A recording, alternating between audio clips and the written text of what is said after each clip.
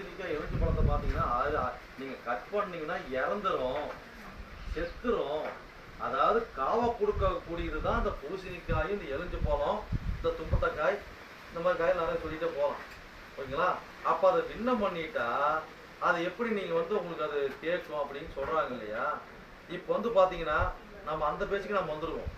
இப்போ நம்ம ஒரு கோயிலுக்கு கிடா வெட்டுறோம், ஒரு கோழி பலி கொடுக்குறோம், கிடா பலி கொடுக்குறோம். ஓகேங்களா? ஒரு எருமி கூட ஒரு காளிக்கு பலி கொடுத்து போடுறோம். இந்த மாதிரி பண்றோம் இல்லையா? அப்போ அதெல்லாம் ஏன் பண்றோம்? வெட்டிட்டா செத்து போயிடுது இல்லையா? அப்ப எதுக்கு செய்யணும்? அதை செய்யக்கூடாது தானே? அப்ப அது வெட்டினா தான் என்ன வருதுங்க? சாமிக்கு தேவையான அந்த ரத்தம் வருது இல்லையா? வருது இல்லையா? அப்ப இது என்ன பண்றோம்? வெட்டி தான் அந்த சிகப்புங்கிற தலைவி தான் இதுதான் சைவ பலி.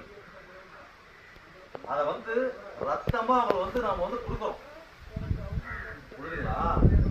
இப்போ அதுதான் பாத்தீங்கன்னா இவங்க வெட்டானா அது இறந்துரும், அது எப்படி உங்களுக்கு வைப்ரேஷன் கிடைக்கும், அது ஈர்ப்பு சக்தி உடையது இந்த பூசணிக்காய் எலுமிச்சை பழம் அப்படின்னு சொல்றாங்க.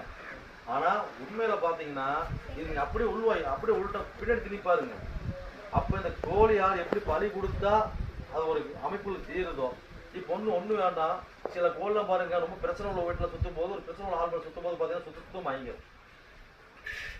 அப்படி இல்லையே சுத்தி விட்டு ஒரு 3 நாள் செத்துரும், அன்னைக்கு செத்துரும்.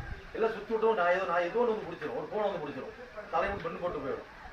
இது எல்லாமே கர்மா வைப்ரேஷன். அது எப்படி அந்த கோழிங்க தெரியுதுங்கிறத பார்த்து கணக்கெடுத்துடலாம்.